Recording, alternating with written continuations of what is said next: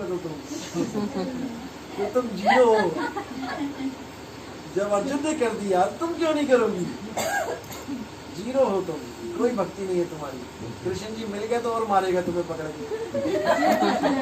जब करते मतलब जब बहुत करते माला तो तुम्हें अगला जन्म तोता का मिलने वाला है। तोता जब करता है तो उसको बोल दो बेटा राम राम, जब पूरे दिन राम राम राम राम करता रहेगा। तो समझा रहा हूँ, अभी समझ जाओ। नहीं तो जब से जो प्रेम करता है वो तोता बन जाता है, क्योंकि उसको जपने की आदत पड़ी हुई है। अब तोते को आदत पड़ी होती है, जो एक बार सुन लेगा। हैं?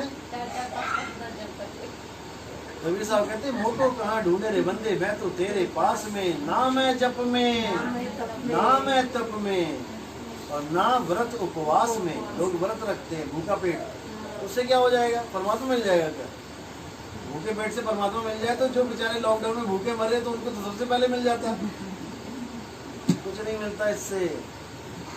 और व्रत रखते किसके हैं जी? आज पूर्णमासी है, पूर्णमासी यानी आज पूरा चांद आया है, तो मतलब बाकी दिन क्या अधूरा चांद आता है? आधा चांद आता है, आधा कहीं और पड़ा होता है। क्या बेवकूफ है दुनिया। चांद पूरा ही आता है रोज, बस उस चांद पे रोशनी थोड़ी सी कम पड़ रही होती है, कभी ज्यादा पड़ रही होती है। तुमने चांद थोड़ी नहीं रोशनी को मान लिया। चांद कि आज रोशनी कम है तो आज कम चांद निकला है, आज पूरी रोशनी है तो पूरा चांद निकला है। चांद को तो तुम समझ ही नहीं पाए। चांद तो रोज निकलता है पूरा, चांद टुकड़ों में नहीं निकलता। तो तुम पूजा किसकी कर रही हो? तुम पूर्णमासी की पूजा नहीं कर रही हो, तुम पूर्ण रोशनी की पूजा कर रही हो। तो ये सब अज्ञान है, भरमजाल है। पंडितों ने ऐसा उलझा दिया जीव को कि आप सोच भी नहीं सकते। अच्छे अच्छे रिश्ते ठुकरा देते हैं लोग। लड़का लड़की का रिश्ता ठुकरा देता है, क्यों? गुण नहीं मिले जी, गुण नहीं मिले। अरे गुण तो रहने के बाद पता लगेंगे ना, कि दारू पीती है कि पुड़िया खाती है कि बीड़ी पीती है। भाई वो तो गुण रहने के बाद मिलेंगे ना। तुमने पहले ही मिला दिया, और तुमने पहले ही गुण मिला दिए तो कम से कम गारंटी दे दो 1 महीने की। एक छोटा सा घटिया कंपनी का मोबाइल भी कहता है 1 साल से पहले खराब हो जाए तो आ जाना मेरे पास, लेकिन एक उच्च कोटि का पंडित ये नहीं कहता 1 महीने में रिश्ता टूट गया तो आ जाना, पैसे वापस कर दूंगा। वो क्यों नहीं? जब तुम्हें इतना भरोसा है अपने गुणों पे कि मेरी विद्या पे इतना मैंने बिल्कुल ठोक बजा के बोल दिया कि 36 गुण मिलते हैं, बढ़िया है, तो तुम गारंटी लो ना। क्यों नहीं लेते? क्योंकि उसको पता है गुण गुण कुछ नहीं होते हैं, तो फालतू का ड्रामा होता है। इधर गुण मिले और उधर झगड़ा हुआ और चल सारे जेल में, एक झूठा केस लगा दिया, मिल गए सबके गुण। कोई गुण गुण नहीं होते हैं, सब फालतू की बात। सीता और राम जी के गुण मिलाए थे वशिष्ठ जी ने, 36 गुण मिलाए थे। 36 घंटे नहीं आराम मिला उनको बेचारों को, मर गए 14 साल भटकते। तो ऐसे गुण अगर तुम्हारे मिलवा दें, तुम दूर से हाथ जोड़ दोगे, पंडित जी ऐसे गुण मत मिला देना। 36 गुण मिले थे उनके। तो फिर ये सब भरमजाल है, छोड़ो इसको और केवल आत्मा की साधना में आ जाओ। केवल आत्मा ही आत्मा देखो। सब घट मेरा साइया, सुनी सेज न कोई, बलिहारी व घट की जिस घट। कबीर साहब कहते हैं सब में आत्मा बैठी है, सब में। ऐसा कोई भी खाली नहीं है जिसमें आत्मा नहीं है। तुम आत्मा को प्रेम करो, आत्मा को प्यार करो। तुम शरीरों के पकड़ के बैठे हो, सारा खेल शरीरों का। और जिसको नाश हो जाना है एक दिन, तुम उसको मान के बैठ गई हो। तुम्हारी माँ, तुम्हारा बाप, तुम्हारा भाई, तुम्हारा बहन, तुम अपनी बहन को क्या मान रही हो? क्या देख रही हो? शरीर देख रही हो। तुम इसको शरीर मान के बैठ गई हो, जबकि ये शरीर नहीं है, ये आत्मा है। एक दिन शरीर छोड़ जाओगी और केले का छिलका तुम्हारे हाथ में रह जाएगा, तुम रोटी रह जाओगी, केला निकल गया, हाथ भी इधर है, पैर भी इधर है, कहाँ गई? और क्या? तुम्हारी बहन है कौन? के चमड़ी बहन है तुम्हारी, चमड़ी खींच लेते हैं इसकी सारी, तो ये बहन नहीं फिर क्या? फिर मांस रह गया, मांस भी निकाल लेते हैं, हड्डी का कंकाल रह जाएगा, वो बहन है तुम्हारी। हड्डी भी हटा ली, नसें रह गई, लीवर, किडनी, गुर्दे फुर्दे, ये बहन है क्या तुम्हारी? बहन है कौन तुम्हारी? आत्मा तुम्हारी बहन है। इस शरीर में मेरे आत्मा है तो मैं हूँ। हाँ, यही तुम्हारी, यही आत्मा किसी और में चली गई, किसी सांप में बन गई, तो बहन आएगी ना प्यार करने, तुम्हारी भाई यहाँ से। अभी केवल इसलिए प्यार कर रही हो क्योंकि और उसका शरीर मिला हुआ है, समझ रही हो? तो ऐसी 1,84 में भटका देगा वो, रास्ता नहीं मिलेगा निकलने के लिए। अभी है एक जन्म, इस एक जन्म की इतनी महिमा है, वो भी कलयुग में, कि तुम सोच भी नहीं सकती। सोचो, सतयुग में गाय के बच्चे पैदा होते थे कि नहीं? आज भी पैदा हो रहे हैं, प्रोडक्शन चालू है। सतयुग में कुत्ते के बच्चे पैदा होते थे, आज भी प्रोडक्शन चालू है। सतयुग में इंसान के बच्चे पैदा होते थे, आज भी प्रोडक्शन चालू है। सतयुग द्वापर त्रेता तक राक्षसों के बच्चे पैदा होते थे, राक्षस बनते थे। ये कलयुग में कहाँ चले गए? ये प्रोडक्शन बंद कैसे हो गई? ये कंपनी फेल हो गई क्या? ये प्रोडक्ट बन के क्यों नहीं आ रहा है? तीनों युग में कितने राक्षस आए, कितने गिन लो तुम? भस्मासुर, ताड़कासुर, बकासुर, ये सुर वो सुर, सारे सुर, ये सबके सुर बंद क्यों हो गए कलयुग में? क्या राज है इसके पीछे? और सतयुग द्वापर त्रेता में देख लो, भगवान आए, विष्णु जी, राम जी आए, कृष्ण जी आए, क्या कभी पल्सर गाड़ी मिली उनको बैठने के लिए? या आल्टो में बैठे कभी वो? क्या मारुति जैन मिली उनको कभी? तुम ऑडी में बैठ रहे हो। भगवान को कभी मोटरसाइकिल नसीब नहीं हुई, तुम हवाई जहाज में घूम रहे हो। क्यों? क्या राज है इसके पीछे? क्या तब बुद्धि नहीं थी, दिमाग नहीं था, वैज्ञानिक नहीं थे? क्या खोज नहीं होती थी? आज कोई ज्यादा बड़ा आदमी हो गया है? इसके पीछे क्या राज है? इसके पीछे राज ये है कि तुम कलयुग में मुक्त हो सकती हो। सतयुग द्वापर त्रेता में संतों का पंथ नहीं चलता, केवल ऋषि मुनियों का, पीर पैगंबर का और पितरों का, देवताओं का राज चलता है। इसलिए तुम्हें वैसे ही रखा गया जंगलों में जानवरों की तरह। लेकिन कलयुग में संतों का राज आता है।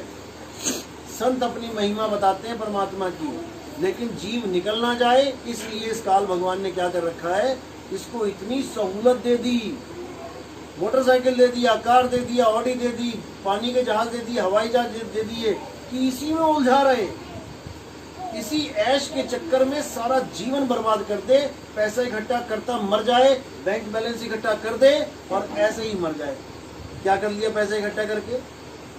कुछ भी नहीं कर पाया, इंसानी चोला बर्बाद कर दिया। क्योंकि 1,84,000 के बाद एक बार ये जन्म मिलता है। अगर वो एक बार ये जन्म बर्बाद कर दे तो वो जीत गया। कौन? काल भगवान। सतयुग से लेके कलयुग तक गाय आज भी नंगी घूम रही है, कुत्ते आज भी नंगे घूम रहे हैं, गधे, बैल, बकरी, हाथी, घोड़ा, शेर वैसे के वैसे ही हैं। केवल इस आदमी पे इतना दयाल हो गया है कि इसको कपड़े बढ़िया, सोने चांदी गहने बढ़िया, रहने को एसी, कूलर और सेफ्टी के लिए मकान, दुकान सब बढ़िया, ताले लग गए, एसी सब कुछ मिल गया। केवल इसको ये भुलाने के लिए कि तुझे इंसानी चोला मिला क्यों। केवल इतनी सी बात भुलाने के लिए उसको ताम झाम पकड़ा दिया कि उलझा रहे। बस इसी को समझ लेना है। ये कोई भगवान दयाल नहीं है तुम्हारे ऊपर कि तुम्हें ये सारी सहूलतें मिल गई। ये मकड़ी का जाल बुन दिया गया तुम्हारे चारों तरफ कि तुम्हारा भगवान परमात्मा की तरफ ध्यान जाए ही ना। तुम्हें बस ये चिंता रहे, अरे एसी का बिल देना है वरना गर्मी में बैठना पड़ेगा, अरे मकान का कमरे का बिल देना है वरना सड़क पे आना पड़ेगा। इससे ज़्यादा तुम्हारी बुद्धि चली नहीं रही है। रोटी, कपड़ा और मकान में ऐसा उलझा दिया तुम्हें कि इससे ऊपर तुम चल भी नहीं सकते, सोच भी नहीं सकते। और ऐसे ही करते करते करते करते एक दिन मर जाओगे। उसके बाद फिर कहाँ चले गए? हिरण के शरीर में। अब शेरों के आगे भागो जान बचाने के लिए। अब रात में ऐसे खड़े होके सोवो और जहाँ खड़का धड़काओ एकदम देखो उठ के कि कोई आ तो नहीं गया। फिर ये ताले नहीं मिलेंगे, लिंक लॉक्स, लिंक के ताले, चाबियां, दरवाजे ये नहीं मिलेंगी। ये तो अभी मिली हैं इंसान जन्म में। अगर ये छूट गई एक बार, फिर जंगलों में पानी पीने जाओगी ना, तालाब पे तो मगरमच्छ इंतजार कर रहा होगा। एक घूंट का मतलब है अपनी मौत का सौदा करना जिंदगी का। अगर हल्की सी देर कर दी निकालने में मुंडी तो साथ ही पकड़ लेगा, आजा बेटा। और अभी क्या है, अभी जितनी मर्जी टंकियां भर लो 1000 लीटर की, 10 दिन का नहीं पता पानी ना भी आए तब भी पी के जी लेंगे। वहां तो रोज शाम को दोपहर को खड़ा होना पड़ेगा तालाब के आगे। जितनी बार प्यास लगी उसी मौत के घेरे में जाना पड़ेगा, क्योंकि ऑप्शन ही नहीं है। प्यासे मरोगे क्या? एक तालाब है, शेर को भी पता है हिरन यहीं आएगा पानी पीने के लिए, कहीं जा ही नहीं सकता, वो भी छुप के बैठा है, आ तो सही। तो तुम्हारी एक प्यास की कीमत, एक गिलास पानी की कीमत क्या होगी? तुम्हारी मौत। अभी कोई कहे ना 100 रुपए दो एक गिलास के, तुम कहोगे हट लूट रहा है क्या? तो वहां तो 100 छोड़ो, एक पूरे जीवन भर का हिसाब हो जाएगा वहां पर। लेकिन ये तब रुक सकता है अगर तुम आत्मा को जान लो। अगर तुम आत्मा ही हो गई तो ना तो तुम्हें कोई शस्त्र काट सकता है, ना अग्नि जला सकती है, ना वायु सुखा सकती है, ना जल भिगो सकता है। तुम अजर अमर हो गई, अविनाशी हो गई। अब तुम्हें किसी की जरूरत नहीं, अब तुम आनंद में रहो। इसी को बोला है सत्य चित्त आनंद। यानी सत्य क्या है? परमात्मा। चित्त क्या है? हमारी आत्मा, जीवात्मा, और दोनों के मिलन को कहते हैं आनंद। जैसे कोई मिले तो अरे भाई मजा आ गया तुझसे मिलके, आनंद ही आ गया आज तो दो लोगों के मिलन को आनंद कहते हैं। जब सत्य और चित्त मिल जाते हैं तो आनंद हो जाते हैं, यानी दो एक हो जाते हैं। इसी को बोला अब तो जाए चढ़े सिंहासन, मिले हैं सारंग पानी, राम कबीरा एक भय है, कोई ना सके पहचान। बेटा भाड़ मत देना उसका। तो ये है सत्संग। सत का मतलब है आत्मा, संग का मतलब है साथ। आत्मा का साथ करो और सत्संग में रहो, शरीरों को छोड़ दो।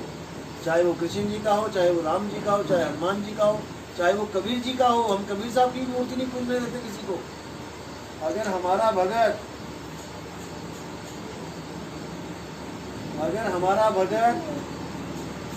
कबीर साहब की मूर्ति पूजने लग जाए तो वो हमारा भगत नहीं है। हाँ पर पता लगा मैं बोल बोल के चला जाऊँ तो कुछ पल्ले ही ना पड़े। तो विचार करना है, हमें इंसान जन्म मिला है ताकि हम हर चीज़ को समझें।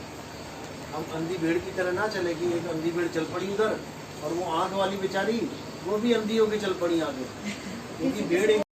जैसे हम गुरु की सेवा करते तो हमको बहुत सारे ढेर सारे ऐसे मतलब ये मिलना चाहिए, वो मिलना चाहिए। अरे नहीं, करते हैं गुरु की सेवा करते हैं तो और गरीब हो जाते हैं।